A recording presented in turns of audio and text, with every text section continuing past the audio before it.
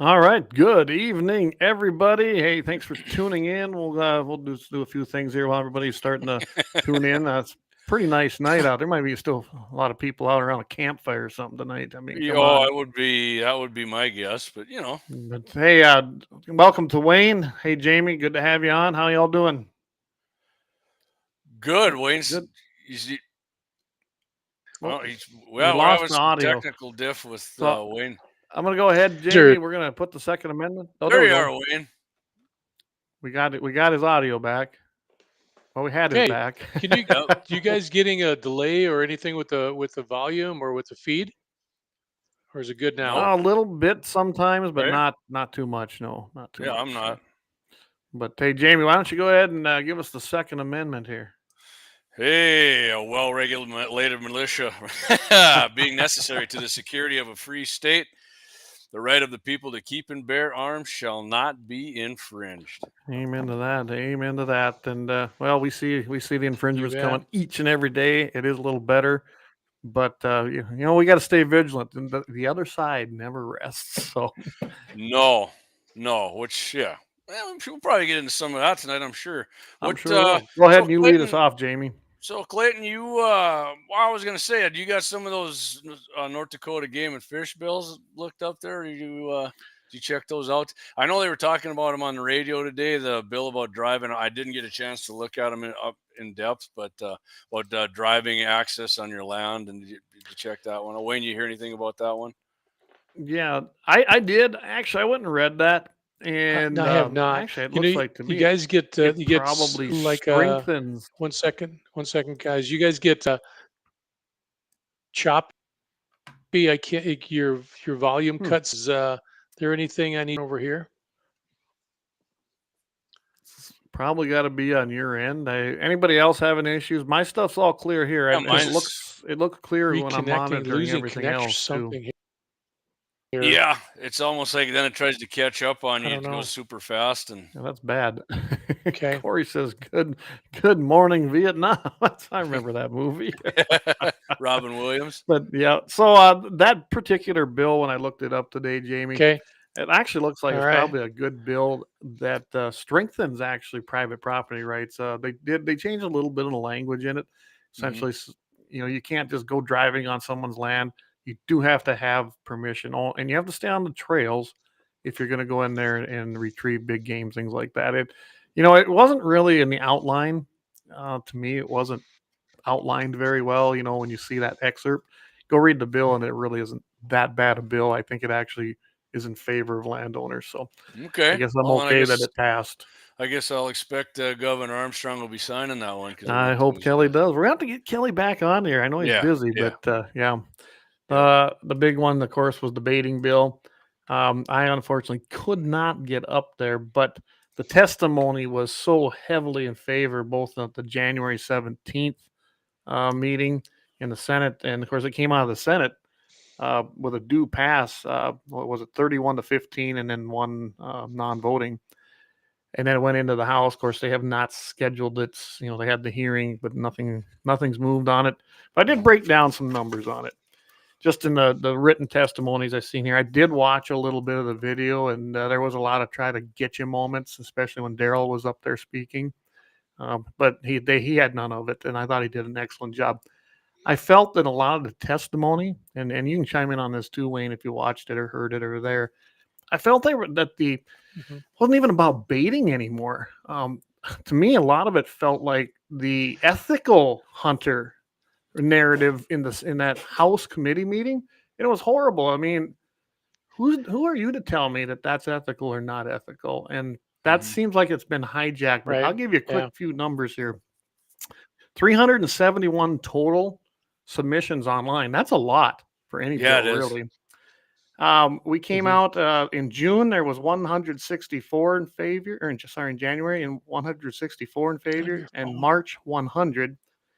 So it was 264 in favor total, and the total opposition between both the Senate and the House, just like the in favor, was only 107. So it was pretty overwhelmingly in favor. But I'm Hmm. telling you, the testimonies I watched from the two different chambers, I thought the House got hijacked by the ethical hunting thing, and I don't know if that they felt that was the way they could try and pass it. But I go ahead and you guys can chime in on that.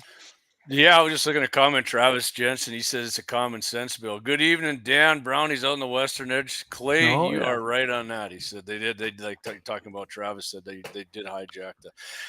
I mean, I always thought that's what it was about for most people who were against it. Anyway, they didn't think it's ethical. I mean, Wayne, you hunt out of hunting shacks or blinds with any corn or anything down?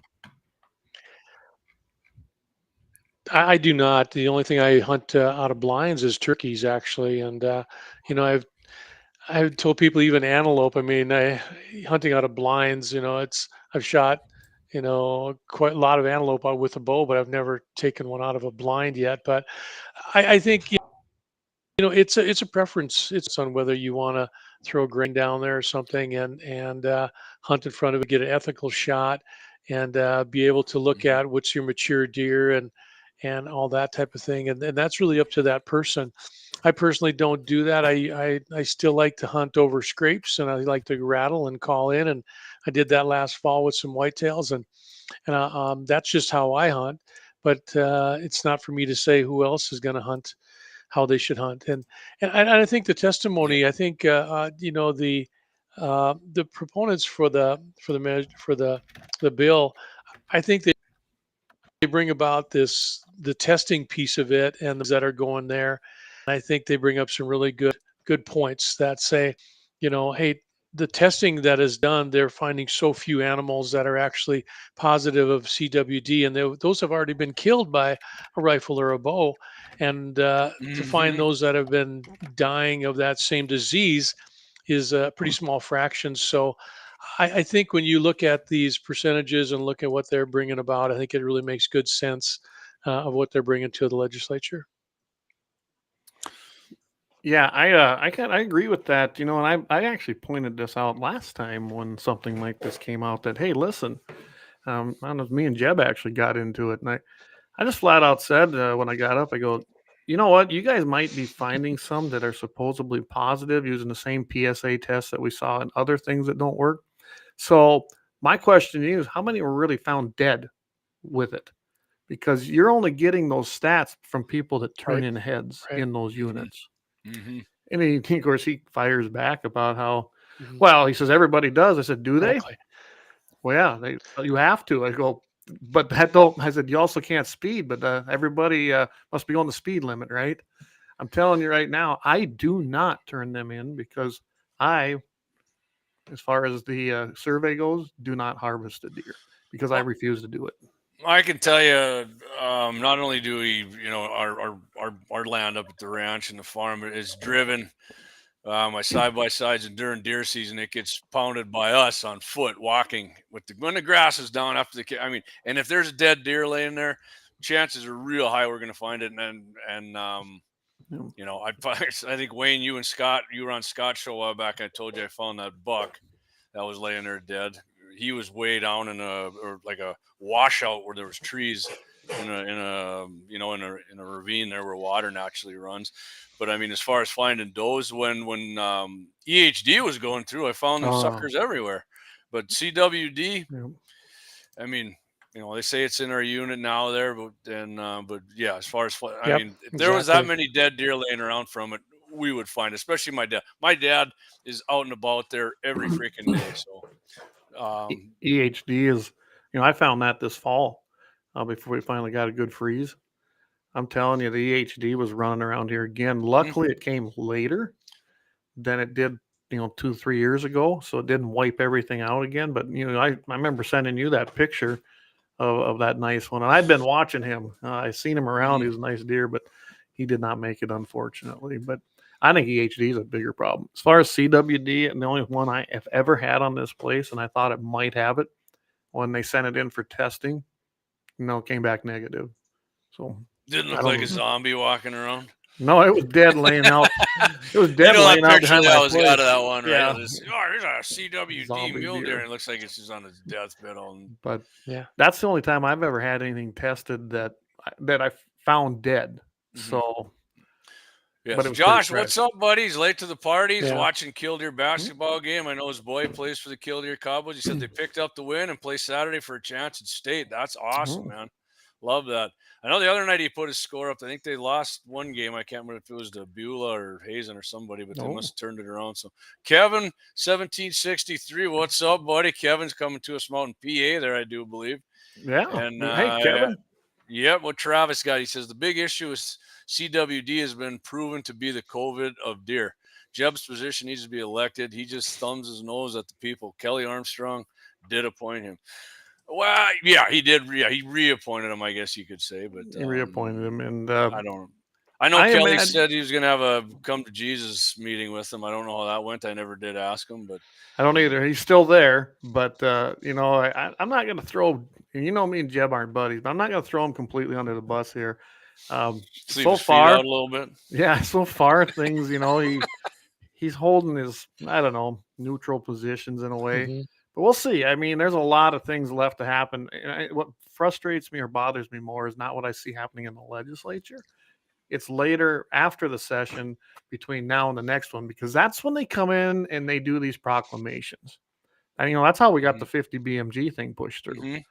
Jeb didn't want to have the battle in the legislature with me, and I had the votes. I knew I had the votes.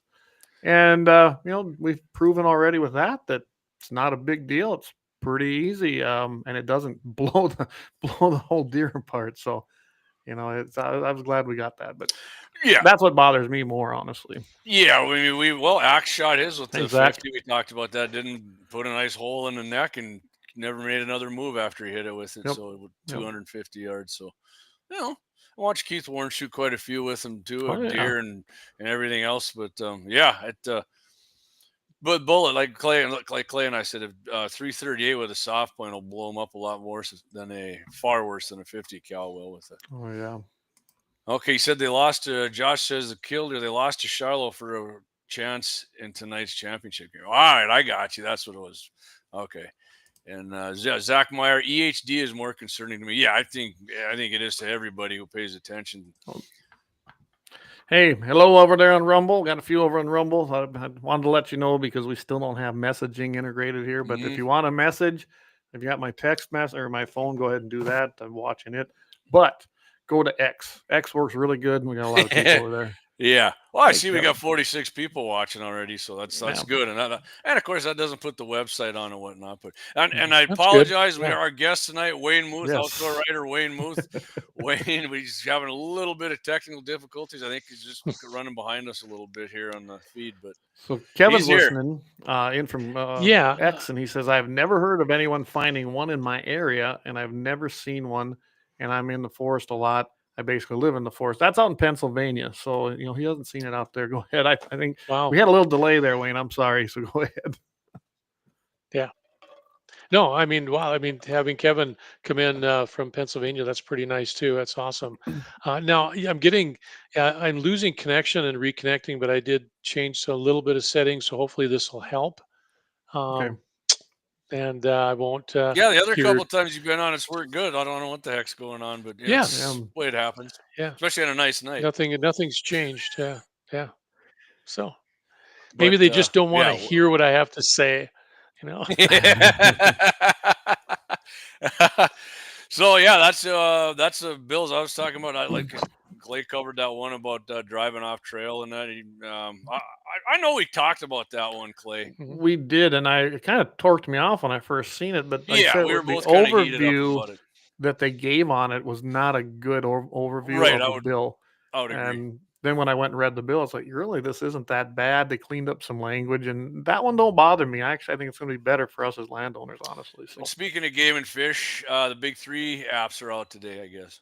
I personally have never applied. Scott sent he had a Snapchat out about something, and I said, well, maybe I'll have to put in and get lucky and draw an elk tag and kill one for you. And he was shocked that I've never applied for one. I just have never had a hankering to shoot an elk or a moose. A ram maybe a little bit, but that's good. Well, I don't know. Well, Jamie, if you don't apply, that just increases my odds a little bit better. You know. So. I usually apply every year, and I'm gonna. You know what I started doing? You know, that elk unit's over here to the east of me. you know, There's big ones in there too. Oh, I've there's some personally big seen ones them. in there, and it's pretty nice hunting in there. So I apply there now. If I draw one, great. If I don't, that's okay. But I would love to draw one there because it's so close to home. So Now, is that that's called what the I do. Porcupine Hills? Is that what I Yes. mean? Yep. Okay, Yep. and they are Oh, big. They are big. They're I mean, they're big like elk. Badlands big. The tribe put them in there in their areas. Of course, they've gotten out just kind of like down the Black Hills forever. They were in an enclosed area while the fences they weren't kept up, or they got they get pushed down and they all get out, and now we got elk all over the hills. So that's okay down there. Dan Brown says, FYI, there's a Yeah. USPSA pistol match at the Johnson Family Marksmanship Center in Bismarck at 10 a.m. Central on Saturday. Good All right. deal. Dan will probably win that, Nice. I suppose. So, yeah. Wayne, I know you just won something there. Once everybody, you do the, what do you call it? The horse, I apologize. I don't remember the exact name of it. It's the cowboy mounted shooting. And so the national organization is a cowboy mounted shooting organization. Then it's set up with certified events, and where you gain points. You have to have a certain amount of points to qualify to go to the World Shoot in October down in Amarillo.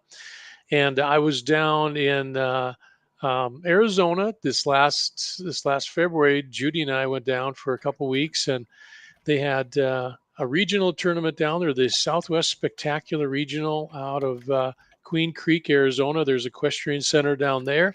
So I competed in that one. And also the following week, there was the U.S. Winter Nationals down there. And in my category, I ended up winning both of them. And I was just plumb tickled. You shoot what it amounts to is you run each run has 10 balloons, and there's 5 random balloons and then 5 more of a rundown. And you use 245 Colt long Colt pistols. They're single action revolvers. We use um, bullets or cartridges that are loaded with a black powder. So black powder can shoot out to about 20 feet. Well, not far. So there's like 88 different, about 88 different patterns they set up. So we run 2 runs per day, and and it's timed events. If you miss a balloon, it's 5 seconds. You break a pattern, it's like 10 seconds. Drop your pistol, fall off your horse, all kinds of things. You can get penalties. And in the 2 weekends that I shot 90 balloons, and I was 90 for 90. Wow. So Damn, I did nice. not miss, and that really helps. That helps keep your scores up there without any penalties, and ended up winning the buckles in both those categories. And so I won the regional and the national down there. So it's pretty cool. It was Awesome. fun. Fantastic. How many people do you compete against then, Wayne? Well, the first shoot there was like 250, and the second was like 270, but it breaks up into your categories. So I shoot a senior men's one. So there's less of them in there. There's like 8 or 10 of us that compete against each other in those shoots, and all it takes is to drop a balloon, and it's 5 seconds can make a difference. And I tell you what, it was nerve wracking, because I'd wake up in the middle of the night, saying, "God, I'm ahead in points. If I don't drop my pistol on this last run, I may win this thing, or don't miss any balloons." But as long as all I had to do is, not fall off my horse and shoot some balloons, so it's fun. It's a lot of fun. Oh, awesome. We actually we did a little one last year at our Grant Sioux County Farm Bureau. We had Paul Metz come down, and he put on just kind of a demonstration. yeah. So we're going to be doing an actual contest September the 13th. I think I got put up there. It's going to be part of our annual meeting again that we have. So that'd be a lot of fun, I think. Yeah, and that is our group from North Dakota. We had the meeting the other night, and so we will. I hopefully will be down to shoot with that. I'm working on a new horse, so let's see how that works, and if I can get him working well, and we'll bring him down too. So Well, he kind of got me. I've always, I just don't have. I don't need another iron in the fire. But we did the ground one where we went back to back and we shot at the cones with the balloons last year. Oh yeah, I was kind of hooked. I now have the ammo and I got a gun. Although I'm never going to shoot at my Ruger again because I don't like cleaning my Ruger that intricately like that. That stuff's dirty. So I got a different. Oh, it's dirty. Yeah. But you got to it clean it after every day. You got to clean that up. And I saw the text from Brian Warner. No, I do not hold the reins in the teeth like the Duke does. But there are there's pistols, but there's also shotgun and rifle competitions here too. So on the shotgun, you get 2 shots. So what you're doing is you're shooting the randoms with your pistol first, and then on the rundown, there's two standards with either that one has 2 balloons on, one has 3 balloons on. So you shoot those with the shotgun, and it's amazing. You'd think that you'd always hit all the balloons with a shotgun, but it doesn't happen that way. People will shoot at it and they'll only hit one. And then there's also the rifle. The rifle is very similar to the shotgun, where you use your pistol for the first random, and then on the rundown you use the rifle with 5 shots. And I haven't gotten into that, but maybe this year I'll try that. So does your rifle and pistol have the same cartridge? Yeah. Except for the shotgun, use 410. Use a 410 blanks, and so they put those in, and it works really well, and it looks like a lot of fun. That's where you drop your reins and you let your horse going on a straight rundown, and you just shoot. Yeah. So that's where you got to put them in your teeth like the Duke. Then when there you go. Yep, that's what you got to do. Yeah. When Paul came down last year and did the demonstration, so that's he did all of the disciplines: the rifle, the pistol, and the shotgun. And his daughter is. I'll tell you what, she's pretty darn good too. So yeah, she is. She's very good. She's a top rider. Yep. Oh yeah. I actually had a chance to watch her that year. We were down at Stock Show. It wasn't the year Corey was talking about here. There was an event down there too, but they do that every year. And Paul was down there the one year I was down that weekend, and I seen him shoot. So it's very entertaining. It's very intriguing to me. I do enjoy shooting it, but I haven't done it mounted yet, just from the ground. I'm telling you, I don't need another activity like that because I would have to dedicate myself to it. And I got enough going on. Yeah. Well, Zach said that about us doing a match, multi-gun match. That's a lot of work putting that shit together. It is. But we could do, like a single, like on the ground. And that's so we got stuff like the Iron Sight Steel Challenge. That's right. Coming up March 29th.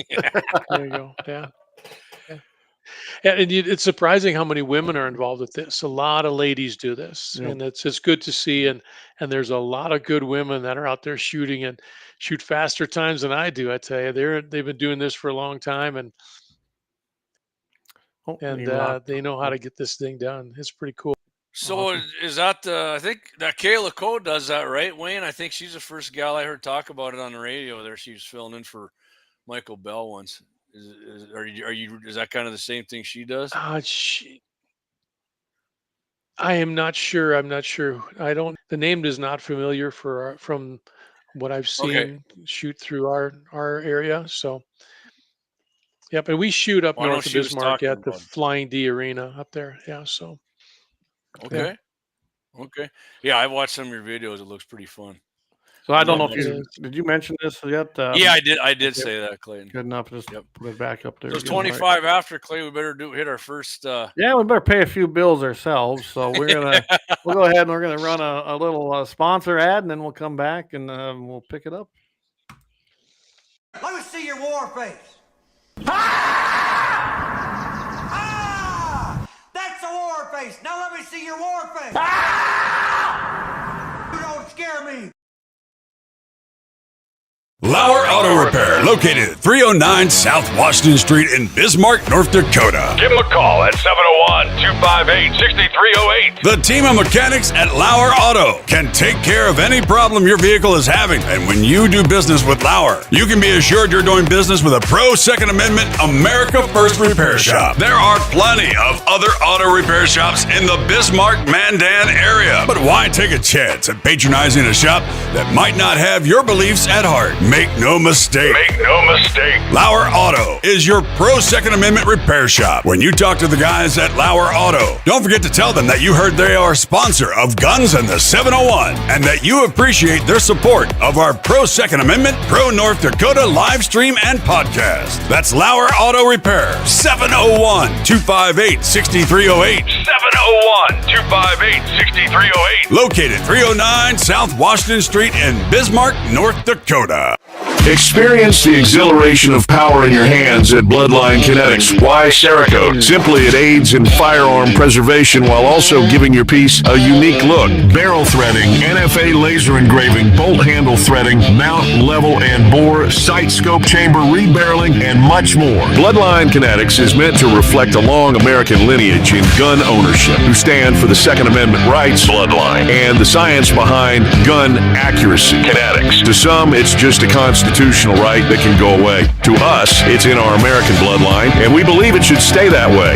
Here at Bloodline Kinetics, we understand that hunters, sportsmen, women, and gun owners should have a quality firearm. Stop and see us at 2008 Morrison Avenue 2 in Bismarck, North Dakota, 58504, Monday through Friday, 8 a.m. to 5 p.m. Call 701-390-7997. Visit our All right, we are back. Hey, I don't have the ending on that one. Hey, Clay, I was going to tell you, I guess we're out of Facist-book jail on GAT701. We're live on there tonight. Really? Finally. Boy, that was like a month long, wasn't it? Maybe that thing he sent to Don Jr. Maybe I did it. I thought, I don't see what happens. I don't know. I got to just quick slip this in. So, in case you guys don't know what these look like, there they are. You can see they're based off of a 45. Oh, yeah. And regular primer. And there you go. It's just like a little perfect shot shell and a black powder in it. So yeah, they're pretty cool. I gotta say, like I said, I got hooked on it. Hopefully YouTube doesn't snipe you. Yeah, well, I would hope not. It's it's a New Year's Eve popper. There we go. Perfect. There you go. All right, so I gotta see here. Or you guys could come shoot an action pistol match. Yeah, well, I'm not. You know what? My wrist is still. We'll see. Maybe by the end of the summer. I did shoot some 9mm, and I shot it not too bad actually. But that's right. You had a surgery done here, and you got in September, and that's like I said. That's slow going. Slow heal. Yeah. Every time I work out and do my rehab 3-4 times a week, it gets a little better. So, but I'm not pushing anything. Well, there it is. Fanciest book. Brian Waters has me in solitary confinement. Yeah, they got Brian for sure.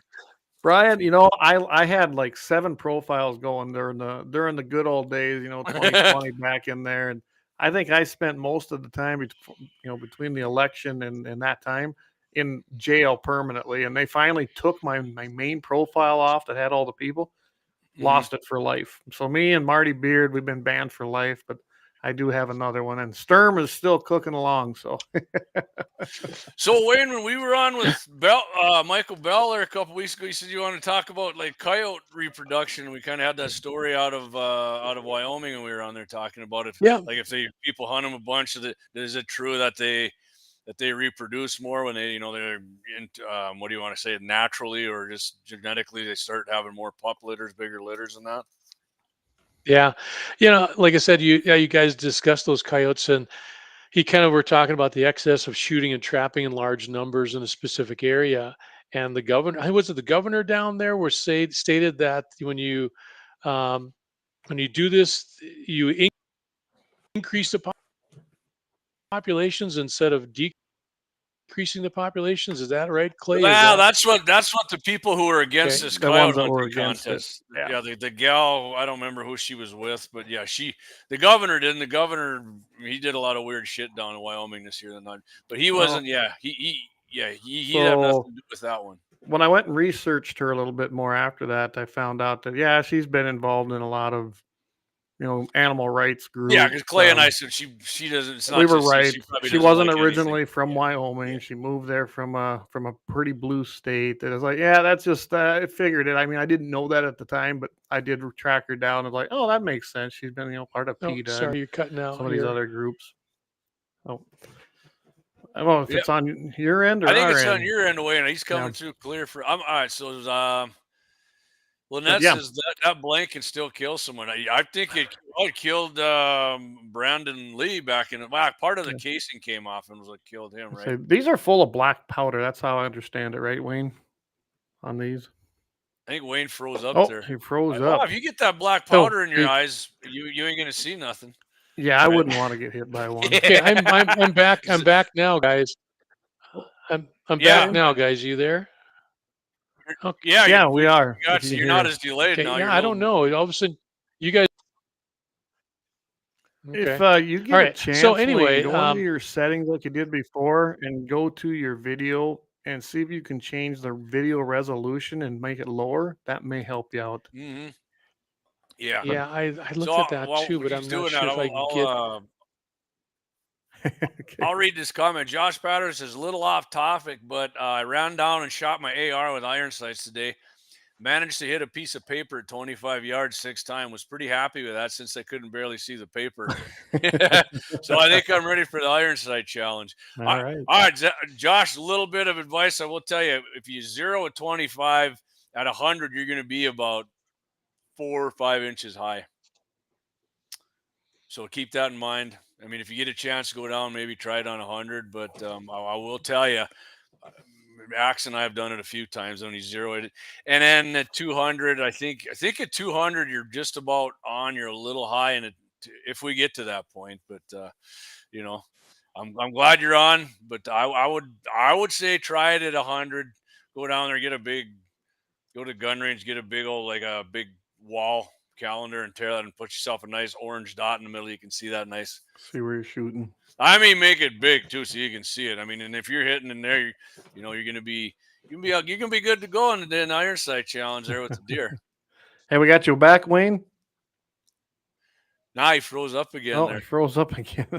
At least he's got a normal face, and like a lot of people be. So I took my 45-70 out this morning, being there was no wind and it was too chilly to jump up on them roofs today doing my access points. So, well, I know Gene's coming. Gene Cox is coming up. Yeah. He called me today. We did a little BSing about it. We were talking. He's Gene. I think he's bringing it, and he thought he was going to be the only one. And I said, no, I'm pretty sure Clay's bringing the 45-70 out too.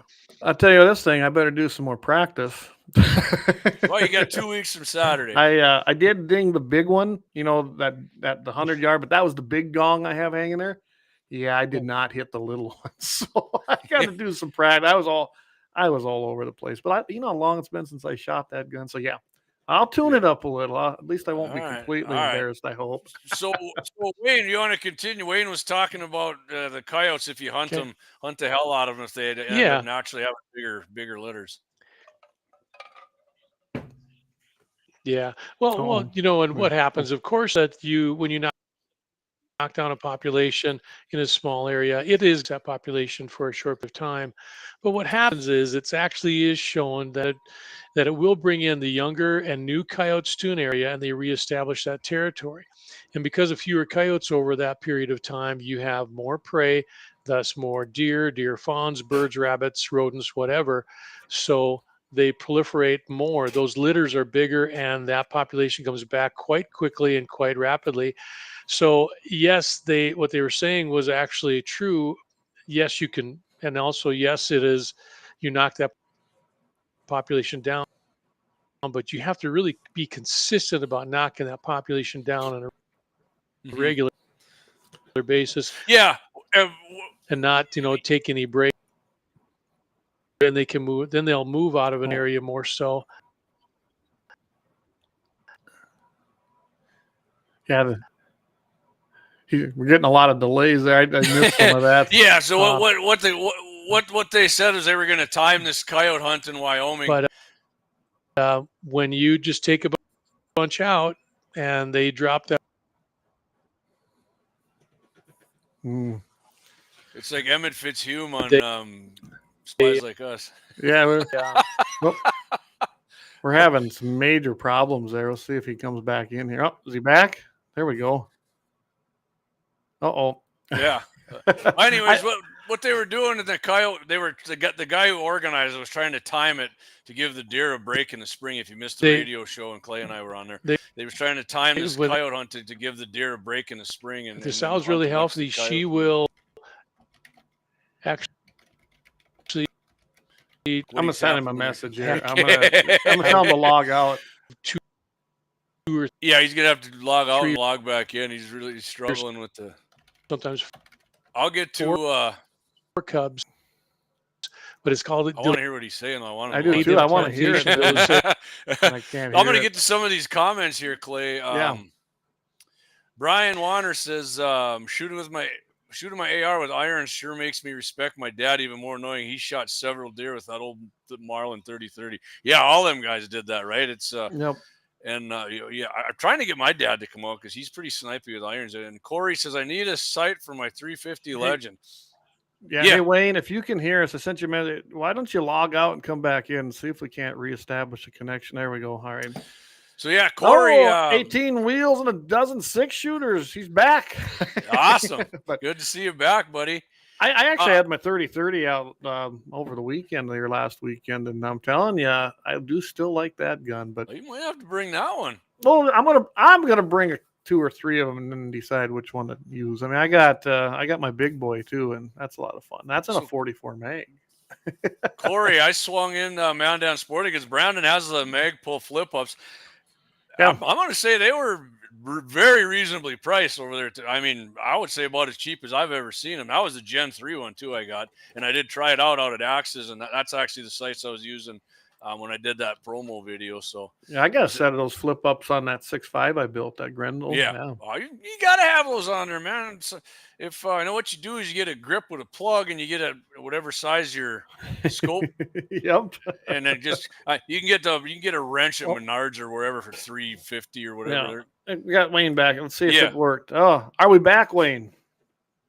He's moving. I can see him moving it. Like, oh no. I don't know if he's got a bad connection. He's got it. Or maybe his computer just cannot run that kind of. I don't know. Yeah. It might be too much trying to run 3 of us. Gene said 50 yards just so easy. ... No one will miss. Yeah. Me and Gene had a little discussion about that on the phone. We'll after we do the first round, we'll tell you what we talked about. Zach thinks I'm hunting dinosaurs with a 45-70. Yeah, loading artillery pieces in there for sure. Well, I might try something this year. I might try to get an extra doe tag for this area. I mean, they seem like they want to give way too many out. But yeah, oh yeah. I might do that just so I can try my 45-70. I've never taken any game where I've shot it because it hurts my shoulder to shoot it. But yeah, I'll tough it out. That's when I was out there today. I was kind of reminded as to why I don't do it. Hey, let's see if we can get Wayne back on. All here. right, let's see. Are we back, Wayne? There he is. He mixed himself a whiskey. mixed a drink. I got to do something here. We're sitting waiting for this thing to work. This crap. That's actually the best it's been all night now. It looks pretty good now, I Wayne. figured maybe We're going to go just- right back into what you were saying. Go for it. All right. So yes, it is true that the coyotes will come back with full vim and vigor and have bigger litters. And like I was I don't know if you caught about the black bears. Black bears are kind of the same way. But black bear's in really good shape when she goes into hibernation. She's bred in the spring, and then if she goes in really good shape and she's got good resources out there, it's delayed implantation of that egg into the uterus. So she will maybe have birth out 2, 3, maybe even 4 cubs if she's really healthy. Very similar to the coyotes. They don't have that delayed implantation, but they have that ability to proliferate very rapidly because of those resources that they have. So you just got to continually bang on those coyotes all year round, it seems like, to knock them down and keep them down and such.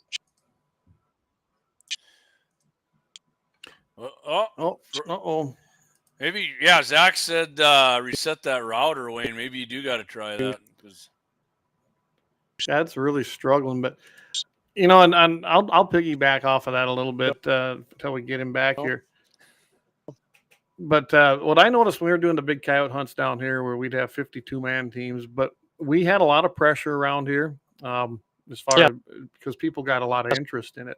So that and then, that was my take on the coyotes, but we lost. Oh, are you there? Do we still have you? He froze up. He is. Yeah, Wayne, like if you're there, you can hear. Yeah, okay, maybe we'll try and reset that router. Am I back now? Let's try it again here. Yeah, I think so. We got you now. It is. If you Better? get a chance, maybe reset your router. That's what Zach said. That might work, but I'm not sure. There you I don't go. know. Yeah, it comes in good for a little bit, and then you I got start Jamie going. now. Okay. Yeah, no Clayton. Yeah. If anybody else is, Now Clayton's out. let us know. Is it one of us or is it just Wayne's? I can see Because all three of you guys. I can see everybody but Wayne. So let me know if it's me or if it's Yeah, now I Wayne or what's disappeared. going on. But Zach says he likes the Daniel I Defense just Standard dropped out. sites. There you go. Yeah, Kevin says it's froze. Lynette said, "Thank God I haven't seen any coyotes yet, but I'll take the 38 every walk because you never know." Absolutely. Well, yeah, just like Governor, what's Texas guy there? He popped out one with his. oh yeah, Smith Pat, and was Wesson's it Pat, bodyguard. who was that? That's right. It wasn't Paxton. No, I can't remember. No, he's Oh, Because really? Josh says Wayne's cutting out it bad on his end, and it is. I noticed. I flipped over to Rumble and took Yeah. a look, and Mhm. yeah, it's on Wayne's end. I don't know if it's your internet or if it's the computer and it just isn't My end. processing it. It's hard to say. 18 wheels and a dozen rows. Yeah, Yeah. he says it's Wayne. Well, That's too you know, bad. we 'Cause I really was looking forward to hearing Switched this. over. Hmm. Yeah. Go ahead. You know, guys, we switched over from Midco. We switched over Midco to fiber optic here, and I don't know if that's part of the problem. So, you know, this is the first time I've really had issues with it. So, and it's the first time I've done it since we've switched over. So that may be part of it. Yeah, they might have some bugs in there they're working on. It Yeah, could- Corey says Wayne is having issues. I'm viewing on Yeah. GAT701 on Facebook. All right. part of it, Wayne, I know that if they're pushing a ton of power to you, and your stuff can't handle it, that'll give you issues. It seems like, especially I had to upgrade everything when we started doing the show, so I'm running 1,000 megabytes per second with a straight line out of my Starlink, and I think Jamie's doing the same now. And this Mhm. per platform takes a ton of data. Well, I I got did a learn I got that. a Wi-Fi puck in my basement, so I don't Yeah. have the straight line yet. So Oh, you didn't? Oh, I thought you hooked up. Okay, but yeah, I figured out what the problem was. It was my Wi-Fi was attaching upstairs, not down the one that I got right over here. well, the three computers we built, that Brian. helped. So, Brian says it said "damn Colorado low." must be Wayne. We still got you, Wayne. He looks froze again. Gene Oh, says depends on the bullet, but a 405 grain cast bullet will go through a deer from chest to butt, and the deer didn't flop. there you go. There you go. I know Gene likes to shoot those lever actions, so it'll be fun to have Gene come up there. You know what? The weather's looking like it's probably going to be good too, so I'm really Yeah. looking forward to it. Until another Colorado low comes in. What I was going to say is when we were talking about the coyote thing, when we were doing them around here and taking out 125, 150 in one day, Mm-hmm. the nice thing around here too was then it really sparked everybody else into hunting and trapping them. And then we saw a pretty good control over them, it seemed like. I will agree with Wayne on this, that when we noticed that people, we quit doing the hunt because it was too much. We did it for 10 years, just too much Yeah. for a few people to do. Also, the interest went down, and then we didn't have near the hunting going on, and then the population came back strong, decimated a lot of the rabbits. I always look at the rabbits. I noticed the rabbit population went down, then the coyotes went down, and then it seems like it follows that too. But that's what I've noticed in this area. I've watched that at our place. There doesn't seem to be a correlation because I mean, there's a ton of freaking coyotes out there now, and there's cottontails everywhere. I mean, maybe there's more cottontails than I know of, and they're eating well, and that's probably a big part. I noticed that here when the rabbit population seems like it's really up, like it is right now. We have a ton of rabbits around here. Well, guess what else? We got a lot of coyotes around here again, and then there's not near the people hunting them again. And I suppose a lot of that has to do with the fur price. Right. I did see a couple of my buddies had just truckloads full of them that I think one guy was sending them down to. I asked because I sent mine through Monty Beard. I'd send it to Canada, and then I said that to Tanner, and Tanner said something with Canada now that they don't. I don't know if they didn't do it there or something happened to it up there. He was sending them to Iowa this time. Oh, okay. So I don't know how they do. They got that big machine that tans them, right? Mm-hmm. So I'm not sure where they're sending them now. I don't really, I knew a bunch of that when we were doing the big hunts, but I'm kind of out of that loop. I haven't done it for so many years. Yeah. I still shoot coyotes, but I haven't done any of that kind of stuff. Yeah. Wayne's still going he's in trying, and out there. You can see him. Yeah. I'll tell you what, Jamie, it's coming up almost the top of the hour. Why don't we do our big commercial? We'll give him a break here and see if he can get things to come back, and we'll continue this after the break. I think we got some mag dump action here, Clay. We're gonna hit on. We can. If we can get Wayne back, I'd still love to have Yeah. his We input can on that. talk some more coyotes here. Hopefully we can. All right. Well, we'll see you right after the break, everybody. We better get out there and pay some bills.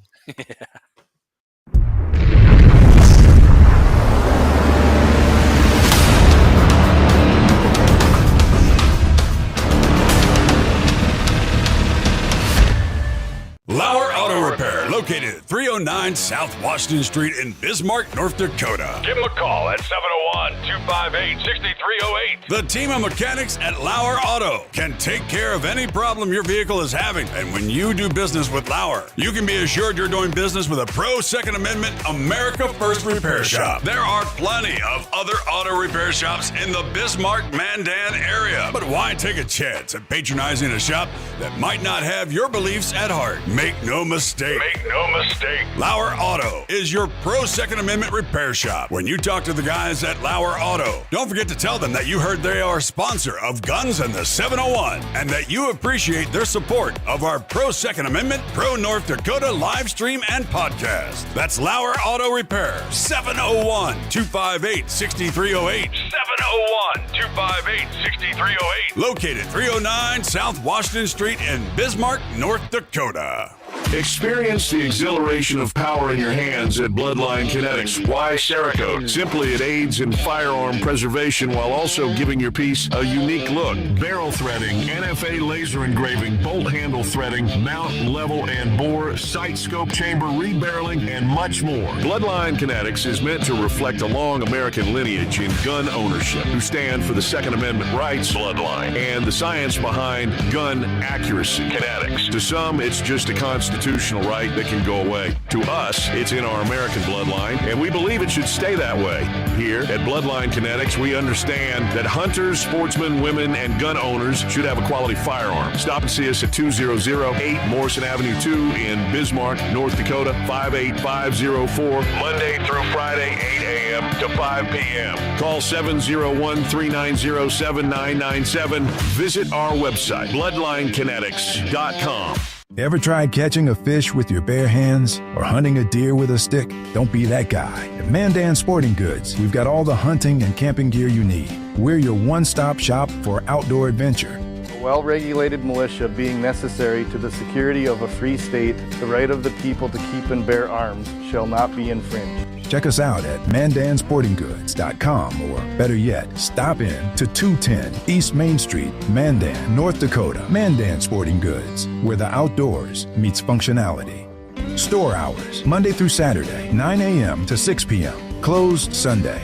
Take up arms at Mandan Sporting Goods. Your adventure starts here. Looking for the best gun gear for every and any situation? Little Angry Man Arms LLC has you covered. Top-notch guns from top-name brands like Winchester, Glock, Sig Sauer, and Ruger to essential extras from Magpul's, Streamlight, Hollow, Sun Optics, and more. Little Angry Man Arms LLC have everything to make your shooting adventures a success. Visit littleangrymanarms.com today and gear up for your next big hunt, competition, or home defense. Don't miss out on our exclusive deals. Little Angry Man Arms LLC, based in Trail City, South Dakota, your ultimate hunting partner.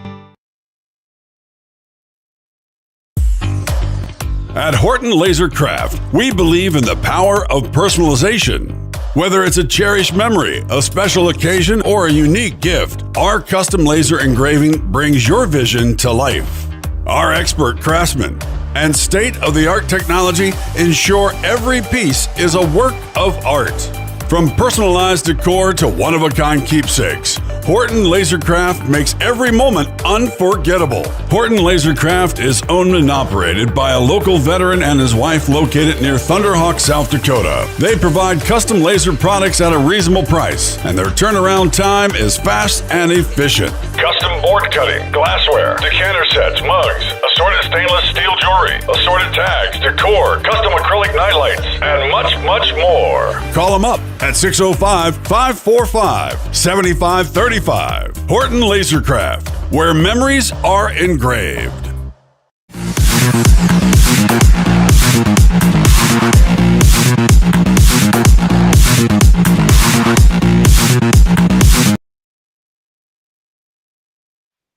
All right, we're back. Do we Hey, have we're you, back. Wayne? I'm here. All right. Maybe that's an omen that people just don't want to listen to this guy. I don't know about that. I don't know about that. I was finding it pretty interesting. I don't know if you caught what I was telling you about what I was seeing here, but Yeah, about the rabbits and such. Yeah. So yeah, I got a Seems like text. a I lot want of to know if times. anybody's seeing jackrabbits around. a few I haven't seen any out at our place. cottontails are. My goodness, I don't think I've seen this many cottontails in years down here. I don't know about you over your way. Okay. It seems like there's a lot of cottontails out there that haven't been here in the last several Mhm. years. And even jackrabbits, you get out into the country and you start seeing more jackrabbits. When we were in high school, we used to hunt those at night Oh yeah, and shotguns out of the pickup windows. mobile hunting blinds. Yeah, I won't say where and who I was with, but he knows. He knows it was a great time. Yeah, the guy who texted me that actually used to go down to Wyoming. He said they'd do it night hunt for jackrabbits down there and just pile them up in the back of the pickup. There were contests apparently they did. Yeah. So I mean, I don't know if they're still there. When I was in high school, you used to get like 25 cents a piece for them. And so my buddy and I over the winter, we shot just pickup loads of these things. And we, at his farm, his grandpa's house, his old abandoned house in the middle of the farmyard had this main room. So we would throw them in the main room there in the entryway and such. And we had them in there all winter. Well, my buddy's dad was walking by the house in the springtime and he smelled this stench. And we forgot about these rabbits in there. Man. And we had to go in there and we had to scrape them off the floor. Oh man, with a freaking oh my shovel. goodness. We'd pick them up by a leg and the leg would pull off. I mean, it was disgusting. Oh, It was disgusting. It was not good. Not good. Yeah, Ugh. yeah. Well, Zach says they got a pet cottontail there at work. Peter. Peter. Really, and I do have some cottontail. Nobody around here has gardens anymore. When we first moved here in 2007, nobody does. So now if I see rabbits or the neighbors, we just like, oh, well, there's the rabbits. We don't even bother with them. Well, the neighbor gal over here, I don't know, she might put something around it, but I asked her, said if you ever want to shoot with your BB gun, doesn't bother me any because I got reported when we first moved here for doing it. So 18 Wheels says, Yeah. what do you think about the second set of wolves they released out there in Colorado? I'll be honest, that's the first I've heard about it. Maybe someone else knows something about it. Yeah. Well, I think these other wolves came from Canada that they brought down. They're releasing this second set. And, the problem with the whole piece down there in Colorado is there was initiated measure that was brought about but voted on to reestablish the wolves, and it passed by such a small percentage, by tenths of a percentage point, to get this passed. Well, there was never an end date set up in that, and I just read this week that a Colorado group is proposing, an initiative to bring the vote back to the people. So put an end date to that reintroduction of that into the state. When the others have it in, they just have this little old introduction, and then they always move the goalposts. Yep. They say, "Well, we want so many breeding pairs Always. that then we'll cut it out." But they say, "Well, there's only so many breeding pairs in this area, and these breeding pairs now are bigger groups," and so they keep on moving that so that it never ends. So this initiated measure, they say, going to take it back to the people and let them do it from the ballot box. So hopefully it'll work. Well, to bring back an old saying of Clayton's, when Democrats lose, they change the rules, and that's like Wayne saying they're moving the goalposts. So. Exactly right. Pretty Exactly much. right. Same with They either change the rules or they rename it or they do something, and they never give up. And same thing with this. When they pass a measure like that, that's why we're having that battle right now, initiated measures in the legislature, and I get what they're trying to do. I also hate silencing the people. So what's that balancing act? I don't know. Well, Lynette says she takes care of elderly folks at home. She says, I took care of a vet that passed at 105 years old. He got 1 penny for squirrels in like 1930, she said. Wow. Wow. Yeah. Got well, when you don't got money. Something back then. Yeah, well, you get to go shoot. Yeah, you get to go shoot something, and they probably ate the dang thing. I know the Southerners like to eat squirrel. I've never had. You guys ever eat squirrel? I have not. I have not tried that yet. Yeah, I have. It tastes like prairie dog. Nice. I haven't eaten them. They're actually cousins. So yeah, it tastes the same, right? Man, you watch some hunting shows and them guys eat them squirrels. They just make it sound like that's just a delicacy. Yeah, I would try them. I mean, I just never thought about eating a squirrel. Did you read that comment there by 18 Wheels, Clay? No, what's he say here? You got I heard 2 out of the first 3 have already been shot, so they released 7 more. Well, yeah. Zach says if you can't, there were wolves in that area. You're only going to have a problem. They don't always kill to eat. That's very true. I've been out in the bighorns enough. I don't know if you've been out there much, Wayne, but I used to go out there a lot. And I'm telling you, when the wolves started getting in that area, I noticed that we used to go out there and buy an over-the-counter deer tag. Well, that ended in that area. Then there were hardly any elk left in the area. Mule deer were becoming the only place you saw any maybe was down on the bottoms a lot of times on that irrigated land or on private land, because up in the mountains they were just getting slaughtered. And I saw them decimate the wildlife and the bighorns, and it was sad to watch that because that was so much fun hunting back in those days in there. Gene says squirrel's good eating. Yeah, I'd be willing to try it. I just never have. Yeah. I think I tried some coon jerky. Apparently, Marty told me that's what it was. I didn't think it was too bad, but you never know what it was. I've ate raccoon. It's different. Yeah, we were trying to get it set up on the Dead Meat show from the Outdoor Channel to have Marty be a part of that and do some coon hunting. And we kind of. And we were going to go coon hunting with him and such, but then, it didn't work out with the timing with his wife and whatnot. So all that kind of fell to the wayside. But we were going to go shoot some, and then he would, cook it for us. But he said what he does, he puts them in a pressure cooker, and he cooks it down pressure cooker. Then he can make it into like a pulled coon, I guess. Pulled pork. Yeah. He's told me that. Yeah, I've never tried it that way. Yeah. I got a texter sends me here. He says, tastes like a cross between a whooping crane and a spotted owl. Oh yeah, I suppose. Okay, more like bald eagle. But he didn't put his name on that. Odd number there. Yeah, okay. But yeah, when I was down, we did that dead meat show, and I ate prairie dog, and it had really not a lot of flavor to it, and but it similar to a squirrel, I suppose. But I tell you what, the chef that Scott Latheth is the executive producer and the chef for the Dead Meat Show, and he did that. That stew that he made with it was delicious, and he made sharp-tail grouse that he marinated and just seared in butter and seasoned it, and it was delicious. And of course, Hungarian partridge were better than all of them. Yeah, partridge. Partridge are good. Yeah, that's only about that. That's when we were get the breast out of them. Yeah, exactly. That's when we were down and we filmed the Dead Meat Show, and we were hunting behind dogs on horses on Tennessee walkers, and it was one of the most fun things I've done. So what it is, you had two 2 dogs out there, and you had the dog trainers that come up from Georgia, and they bring up like 60 dogs, and they take them out. They go down to South Dakota in my friend's lodge, and they stay for like 2 months because it's cooler there than down south. They can still train dogs. And so we got out on the Tennessee walkers, and you're walking behind them, and the dogs would point, and I got out, and I had my shotgun, guys.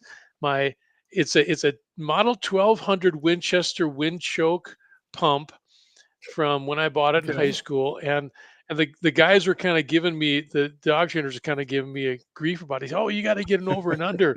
Well, there was a shoot that we needed to get, get me shooting some birds, hitting some birds. Well, I went down there and we flushed about 4 birds, and I shot 3 of them. And I got a triple right there in front of them. And then they had to come up and apologize. They said, yeah, I got to apologize to Wayne about his pump shotgun.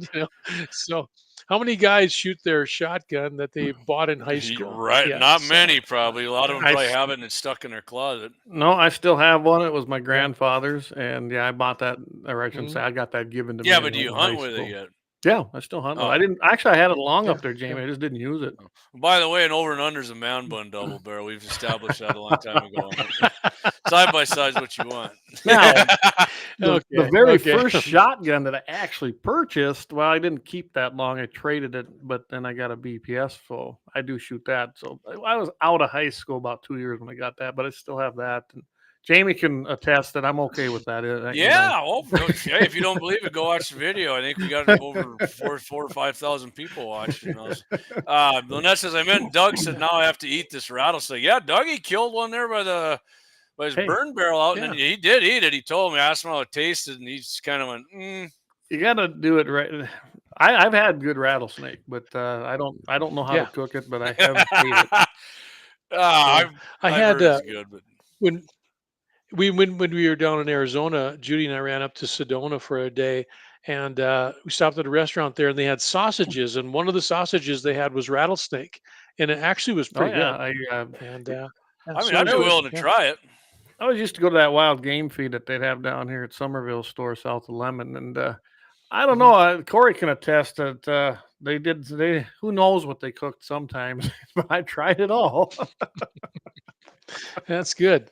That's good. Zach Meyer says I still rock my 870 Express. Oh, you know how many 870 Good for you, Expresses man. are out there? Yeah, they were a tried and true shotgun. They truly are. Zach, did you figure out what you're going to bring? I know last show he had his sticking it between his Garand, and I can't remember his other 2 iron sight ones he had. You know, he narrowed it down what he was bringing. I can tell. I'm shooting my AR. I can tell you that right now. I'll be shooting the old Bloodline Kinetic 701 rifle. So. Waylon tells me that I shouldn't shoot my M1. He says it's a number 1, and he says I shouldn't shoot that anymore. I don't know. It was made to shoot. Man, them M1s, I got to tell you, the iron sights on there, the ghost ring, that is freaking sweet, man. And that barrel's long enough to where I can see it real good, but I don't have one. So. It sucks, Jamie. I'm limited to only bring 1 gun to shoot. I can bring more. I can only shoot you can one. bring 2 if you hit one and you want to switch guns, and you go ahead and do that. Wayne, you don't have yourself an iron sight gun? You don't want to join in on the fun there on the 29th? I've got a 44 lever action Henry's golden boy. Yeah, I could maybe do that. Yeah, love my big boy, but I don't know how that 44, my 44 loads. They're not going to go out there very far, very fast. Yeah, that's just it. Yeah, they got a lot of oomph. That's Kentucky windage. There, you're gonna have to use. I actually built those rounds when I was going to the mountains hunting all the time because I thought if nothing else, at least I got a chance against a bear. And it's a big load, but it ain't got a lot of distance. You sound like Leon now.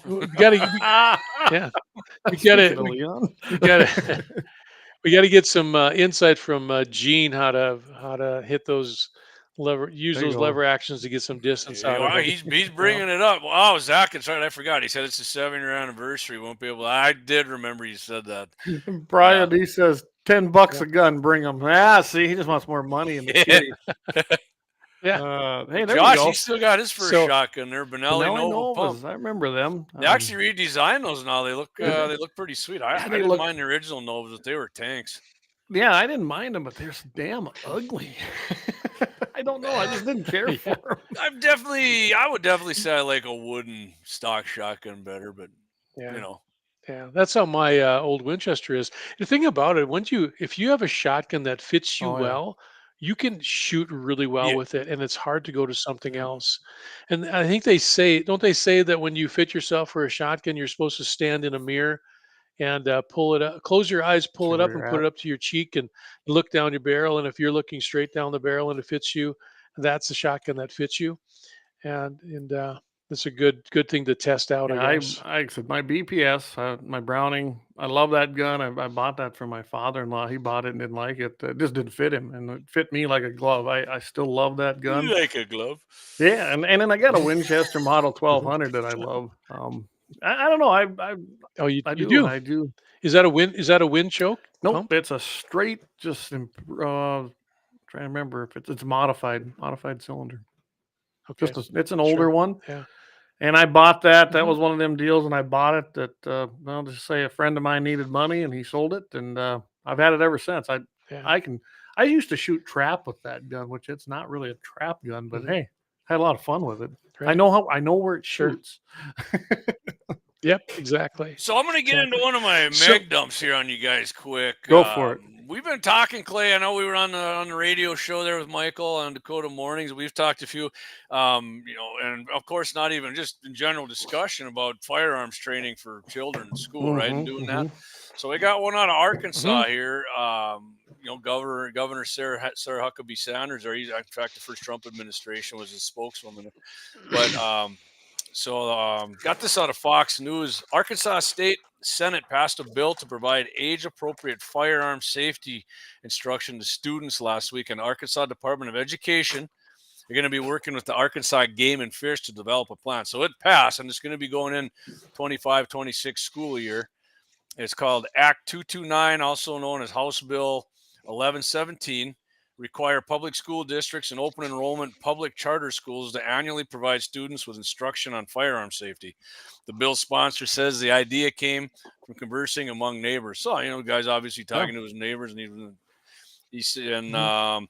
the bill says it will empower the Arkansas State Game and Fish Commission to work with the Division of Elementary and Secondary Education to create and approve age-appropriate firearm safety courses. Methods discussed in the bill range from videos to online sources, and even mentions the possibility of an off-campus commission-approved firearm safety course in conjunction with a live fire exercise or sporting event. That'll make Democrats assholes pucker up here. And of Oh, yeah. course, if you want to do that, you got to get you got to sign the note for your kid to do it, which I'd be more than happy to.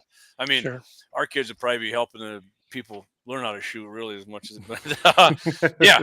So Yeah. that's going to be that's going to be coming up here in Arkansas, man. I wish maybe next time around we get ours, we can get some. But I just and I'm pretty sure you guys, I know you guys agree with me, but I think that's just something that Mhm. should be taught in schools, man. It's a life skill, and I agree. it's something you should know how to do, whether you're ever going to shoot another gun or not. Safety. Some Right. kid comes across the gun, doesn't know shit, and grabs it, and that's how some of these kids end up getting accidentally shot and hurt and killed Yep. or worse. So yeah, that's pretty awesome. Yeah. Yeah. No, I agree. I agree. I think that's a great. I think all schools should have that.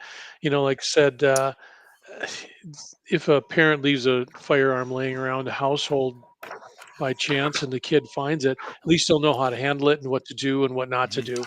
I think it's just a safety measure that would go a long way.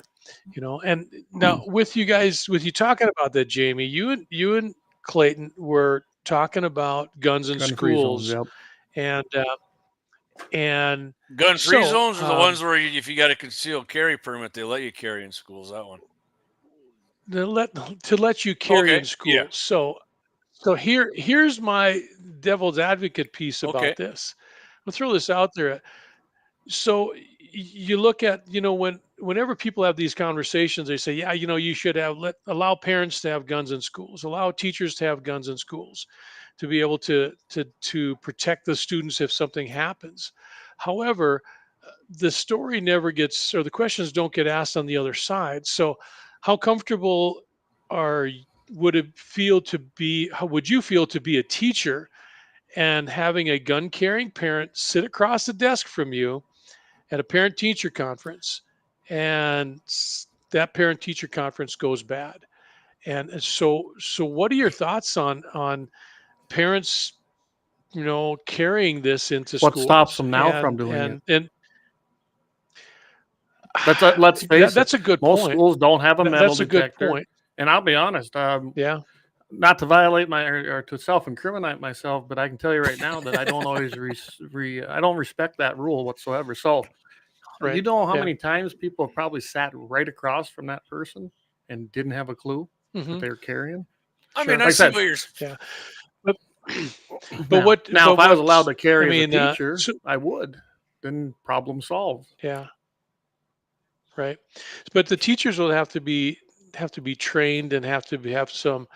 They're going to have to be vetted like anybody else. I mean, in North Dakota, we probably don't have to worry about if a teacher wants to have a carry, permit to allow it and to have some training with them. But there's other parts of the United States that if a teacher wants to have it, there still be some radical type of teacher that who knows what happened, and now you as a parent, if you have a gun in the school and you're the good guy, let's say it's Jamie that's in there and he's in the school and he's going to an event and a shooting starts and he pulls his pistol and starts looking for the intruder and the authorities come.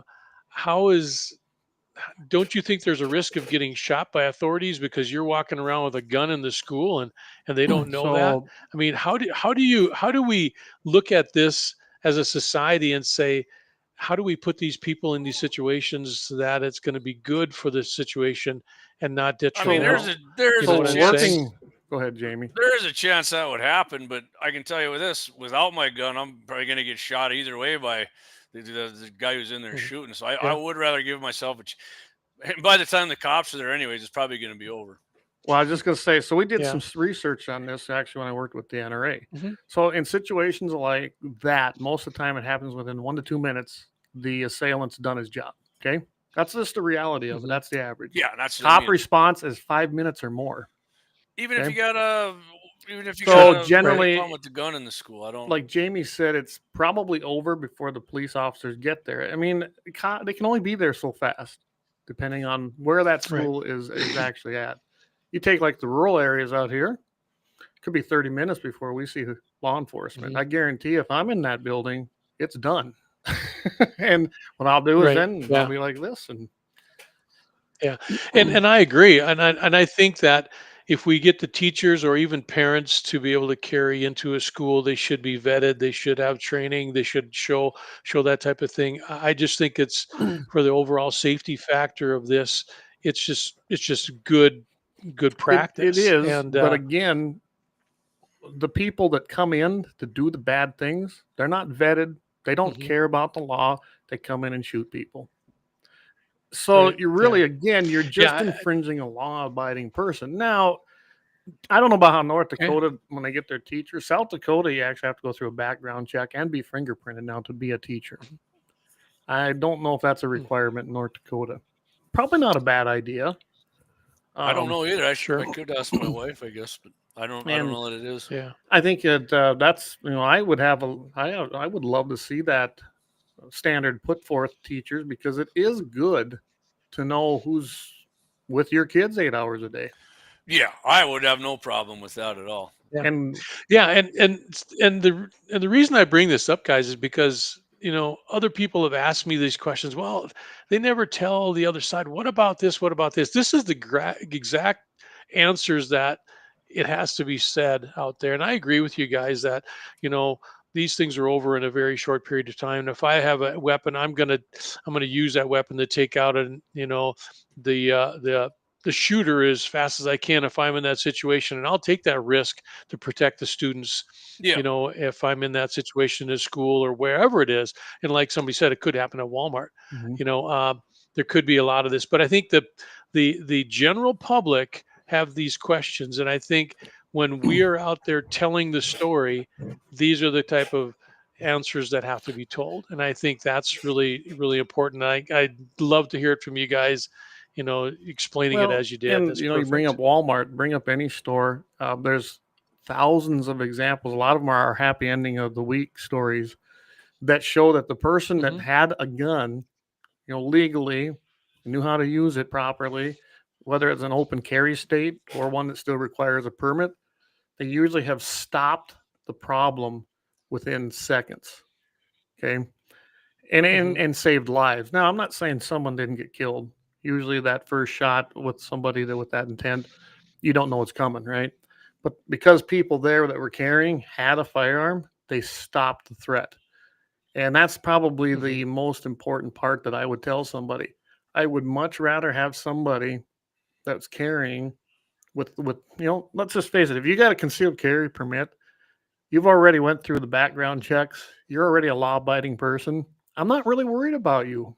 I'm really not. Sure. And Okay. Yeah. I'd rather have that person in that building where my kid goes to school knowing that there's probably a majority of the people in there not carrying. I mean, I'm even talking about schools that allow it. There's a few out there, not very many.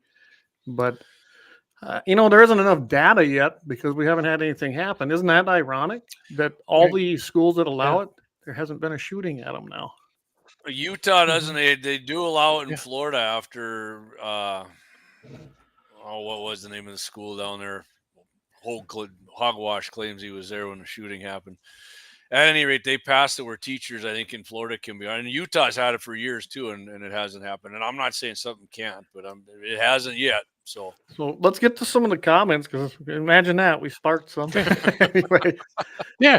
I mean, and this is the perfect conversation I think we have to have, because you've got to answer all of the caveats. And there are caveats. And I'm with Dan on this one. And I'm on your guys' side. I just thought that we need to make sure that we're hitting both ends of it, because I appreciate if you that. become one-sided, then you act like the Democrats. So Dan brings up, he goes, Wayne, what other constitutional rights are you required to have training before you exercise them? And I've used that one as well, because I agree. And I'll tell you straight out, when I'm arguing, it depends on who I'm visiting with. Like you and I having this discussion is great.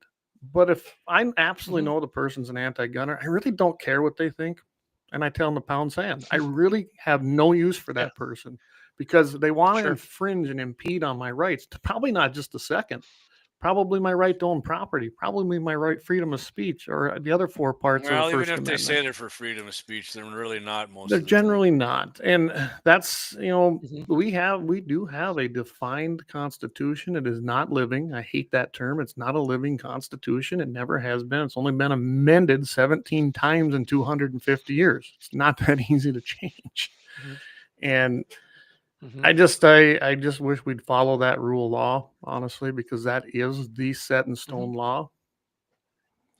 Well, Kelsey says he won't even attend a church if firearms aren't allowed. Yeah. And I know I have friends of mine who have told me, he said, I've got a small pistol in my pocket when I go to church. I always do. And there's nothing wrong with that. Nothing wrong with that at all. And go ahead, Wayne. I'm sorry. No, I mean, but like I said, we come across those people like Clay, you said, they ask these questions, and it depends on which side of the fence they're sitting on is how you answer them. And I think it gives even the listeners an idea. Say, you know what, if somebody approaches me with these same questions, now I've got some concrete evidence or concrete, terms to use, and when I want to explain it to them. So you always got that person who they're coming to ask you with a gotcha moment, and then you've got the guy that asks because they're genuinely want info. It's two different responses, really.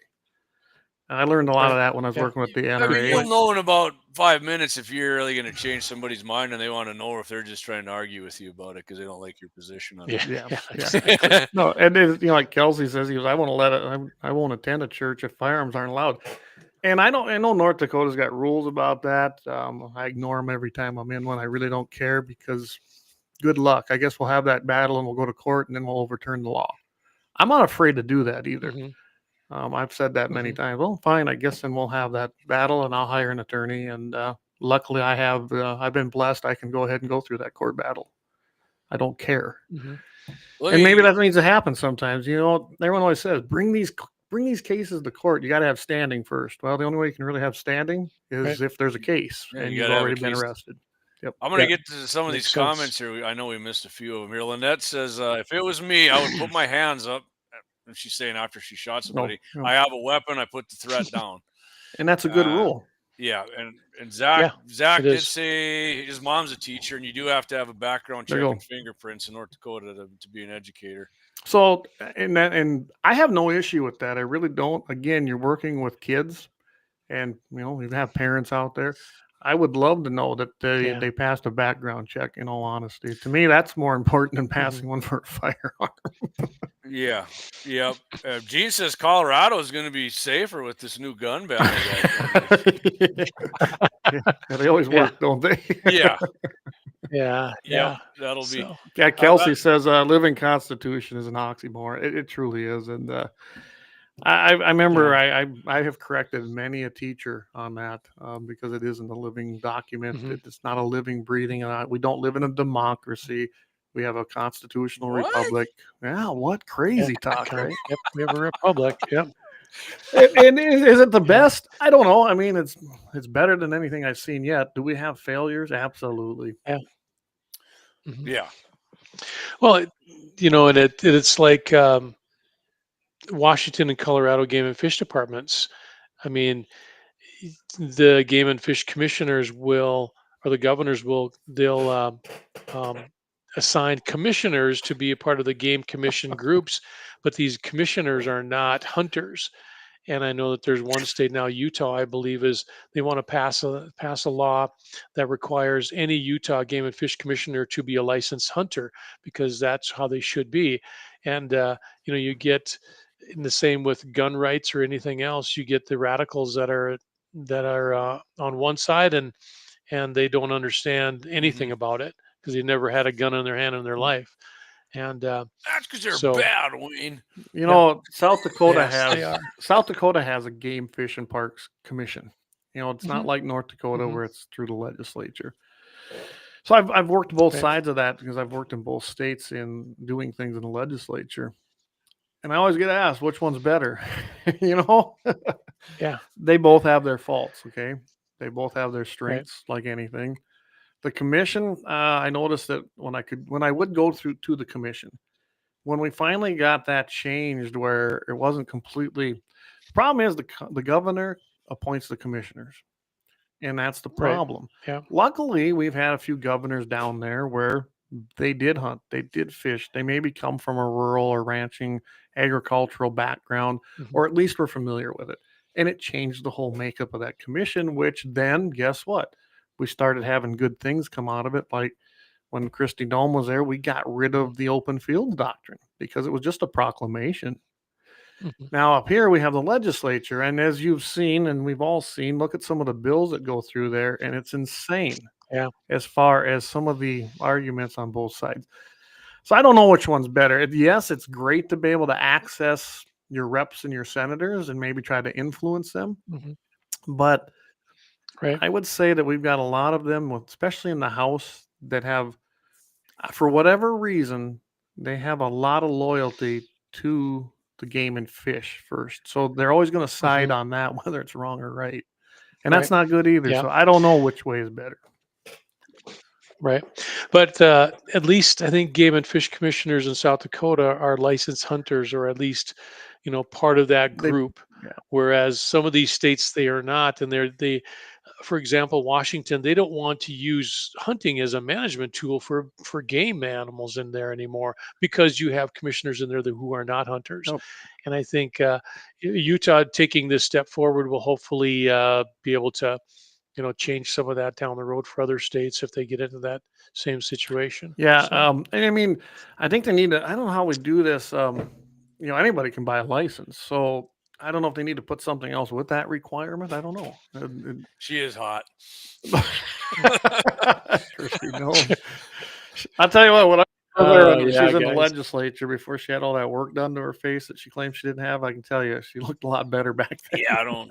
Without that work. Yeah. A little too much Botox or something. Yeah, that's what she's got to get rid of that. We talked about that last week. I said, you're hot enough. You don't need to be ruining yourself with that shit. So Gene says, in South Dakota, I think I can hunt coyotes now at night with my 303, but not my 8mm. So there's that. You're right. They just passed a bill. I believe Roden signed it, didn't he? I don't remember if he signed it yet. Yeah, he did. I think I read something. Which it has the caliber and it moved up, which allows you essentially to have the 30 caliber bullet. And everybody, you should have seen some of the testimony on that. I couldn't believe it. What do you need that for? Well, hey, it's not about need. And then you'd have the people that were complaining that, oh, you might shoot and it'll go over the horizon and it'll go this. And I'm sitting there going, you guys don't know how night vision works, do you? Well, your coyote's freaking what, a foot tall maybe, and you're not aiming up to it to go over the. I mean, and if I remember right, it's only on private land, right? So right. That I don't. I'm laughing at the comment here. So when I got asked, for night vision is only for private land, right? And I think that's the same in South Dakota, because I remember I answered the question. I go, well, I don't know what the big deal is, because if you're on my land, you're there illegally. So maybe you shouldn't have been there. You wouldn't have got shot if I made a stupid shot, which I wouldn't do. I mean, I'm the one who owns it. So, if you didn't ask my permission, there shouldn't be anybody there, right? Yeah. Kelsey's only given Secretary Noma 6 even after her work. I guess she's a 6. Huh? I mean, I would go 7.5. Well, probably Leon or Kelsey's problem is gonna. He's a little bit short, so he probably doesn't like that tall woman towering over. But he's wide, man. He can knock the size of a tuna can off. That's right. That's right. Hey, brother, you fixed me up too at the access points. Thank you very much. We got my calving barn cameras going. So we're talking. Someone check on Zach. Zach says he wished he was illegal so Christy could arrest him. You wanted to rough you up a little, huh? Put the cuffs on. Oh my goodness, we might have veered down a different path here.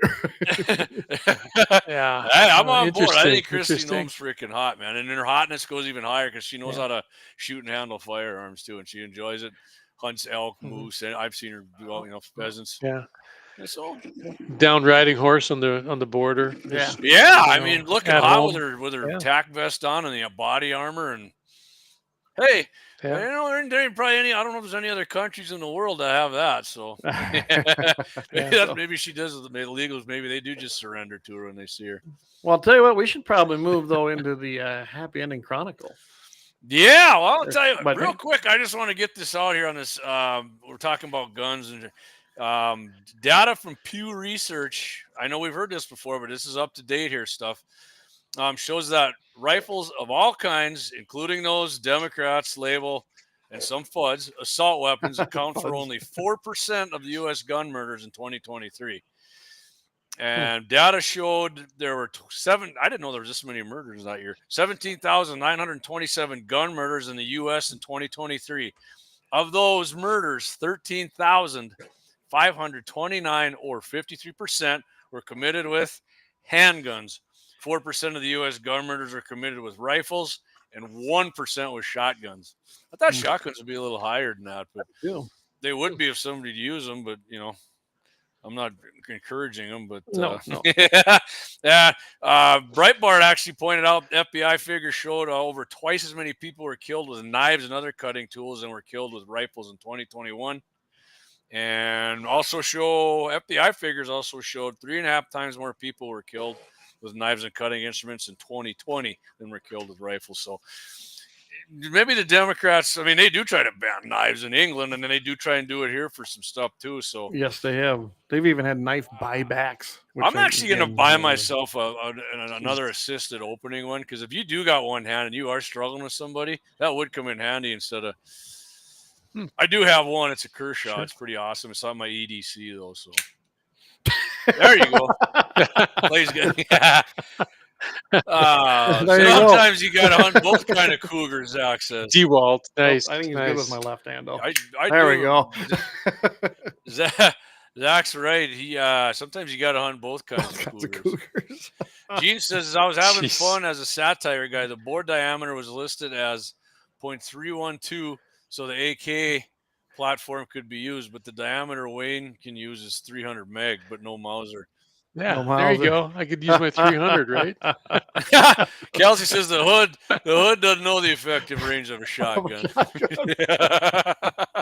Oh my goodness! I can Dead Wolf Resistance. Hey, Dead Wolf, I haven't seen him on tonight, so maybe he's been listening. I can assure you, I will not use a gun on my ex-landlord. There you go.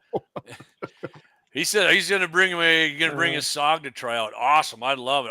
I love freaking knives. Not to the point of guns, but I carry my knife actually in some places where I don't carry my gun, which is very rare. I definitely have my knife on me. Yeah. I only have 3 Kershaws left though now because they took the one there when we went to see the Gov. Love Kershaw's whole, but yeah, SOGs are awesome, man. But yeah, bring that up if next time you're out, man. Egg prices are now higher than the average Democrat IQ. Love it, Gene. Love it, Gene. Oh my goodness. Tell you what, that's let's perfect. take a quick break. I got to remember that. Take our last break, and then we'll come back and we'll wrap up, do a little happy ending chronicle. And if Wayne's got anything else, then we'll call it an evening. So stick with us. We'll be right on. Back, Sounds good. Right? Yeah. See if I can find it first. Thank you. Let me see your war face. That's a war face. Now let me see your war face. You don't scare me. Lauer Auto Repair, located at 309 South Washington Street in Bismarck, North Dakota. Give them a call at 701-258-6308. The team of mechanics at Lauer Auto can take care of any problem your vehicle is having. And when you do business with Lauer, you can be assured you're doing business with a pro Second Amendment America First repair shop. There are plenty of other auto repair shops in the Bismarck-Mandan area. But why take a chance at patronizing a shop that might not have your beliefs at heart? Make no mistake. Lauer Auto is your pro Second Amendment repair shop. When you talk to the guys at Lauer Auto, don't forget to tell them that you heard they are a sponsor of Guns and the 701 and that you appreciate their support of our pro Second Amendment, pro North Dakota live stream and podcast. That's Lauer Auto Repair, 701-258-6308. 701-258-6308. Located 309 South Washington Street in Bismarck, North Dakota. Experience the exhilaration of power in your hands at Bloodline Kinetics. Why Cerakote? Simply, it aids in firearm preservation while also giving your piece a unique look. Barrel threading, NFA laser engraving, bolt handle threading, mount, level, and bore, sight scope chamber rebarreling, and much more. Bloodline Kinetics is meant to reflect a long American lineage in gun ownership, who stand for the Second Amendment rights, Bloodline, and the science behind gun accuracy, Kinetics. To some, it's just a constitutional right that can go away. To us, it's in our American bloodline, and we believe it should stay that way. Here at Bloodline Kinetics, we understand that hunters, sportsmen, women, and gun owners should have a quality firearm. Stop and see us at 2008 Morrison Avenue 2 in Bismarck, North Dakota, 58504, Monday through Friday, 8 a.m. to 5 p.m. Call 701-390-7997. Visit our website. All right, then we are back. That was a quick one. So here's what happened. I don't have that third one off of the other one I had, Jamie. So I'm using the old one. So yeah, that's one of our original ones, I think. So. Yeah. Oh, classic and an all-time classic commercial right there. Oh yeah. Wayne, it looks like you whatever you did, it worked because we've had you since then. Yeah. Yeah. The next time you're on, you got to remember. We should have. Yeah. Yeah, gotta keep an eye on that. So all right, so let's do the happy ending chronicle here, and like I said, Clay's got to go, and my stomach is feeling a little sour out here, so I'm not drinking. See me drinking everything tonight. It's coffee and water because I got a test tomorrow. We're gonna see. It's been, like I said, for a year I've had gut problems. They think I might have a bacteria infection in my small intestine, so that's gonna be a fun 3-hour test. Anyway, fun. Here we go. Happy ending from the Armed Citizen sections, Clay and Wayne here from American Rifleman, the NRA magazine. Love this magazine. Love all their magazines, actually. So here we go down Dallas, Tejas. A woman in Dallas noticed a dark truck following her home in the evening of November 8, 2024. So she arrives home, races inside, armed herself, and calls 911. That's good. A lot of women wouldn't do that, right? They just lock the door and so as this shithead attempted to enter the residence, the woman told the 911 operator that she didn't know the guy, and the call later records screaming and gunshot reports. Responding officers found a 35-year-old piece of trash in the garage with one gunshot wound to the chest and one to the head. Apparently, he lost the gunfight, right? Evidently. He survived the wounds as reports also indicate, he was charged with burglary of a habitation with the intent to commit another felony. Right. I'm sure guy had probably freaking raped her had she not had the happy ending chronicle in the Second Amendment to have a gun and armed herself. And that son of a bitch was armed, but I guess she knew how to shoot better. Maybe they got a little firearm safety training there in Dallas school. She learned. And he you know what? He survived. Yeah, he survived. Yeah. Evidently, she didn't use Joe Biden's lung blower because she should have been using that. I just hope he doesn't want to run for Democratic president now or something. Yeah, it'll really be anti-gun. I was shot. Why'd you get shot? Well, I just wanted to, I just want to have a little sex with her and take some shit out of her house. Zach Meyer, the old double tap. There you go. There you go. Yeah, she did. So, Clay, you're on with Todd tomorrow morning? Yep, tomorrow morning, 7:15 Mountains, 8:15 in the Central Time Zone. And I got a few things. We're going to talk about what's happening in the Fifth Circuit Court right now. There's a little issue going on there. The three-panel, system, they kind of went the wrong way, but it's going to go before all five. And we've got some good results that have been coming out, and it might be a way to get those suppressors removed from the NFA, honestly. Oh, that'd be great. It's probably got a better chance than trying to get any kind of legislative change to it, because if they are declared something that's part of the Second Amendment rather than not, that changes everything. And of course, Bruin reinforced Heller, and Heller gave us the reinforcement at first about 15 years ago now. So I'm going to do a little bit on that. I got another one about a 17-year-old boy used a firearm in defense and then was arrested. But it turned out good for him, and you're going to love what the judge had to say. I'm not going to give it away tonight, so tune in tomorrow. And I got a little happy ending chronicle like I always do for KFYR. We have some fun with that. Who knows what else? I usually send Todd around 4 or 5 articles. We don't get to them all, but we'll have some fun with it. And one more time, 2 weeks from Saturday, the 29th, 11 a.m., the Iron Sight Steel Challenge. If you're watching and don't know what that's all about, check out our social media sites. The video, about a little over 2-minute video, let you know. And we did say, Gene and I talked, and Axe and I have too, about the timing. We're going to use a timer. I think we figured out Gene shoots a lot of competitions, and we're going to give you like 24 seconds to shoulder that sumbitch and then send your freedom seed down there. Oh, absolutely. And I gotta put this out to everybody. So our good buddy Scott.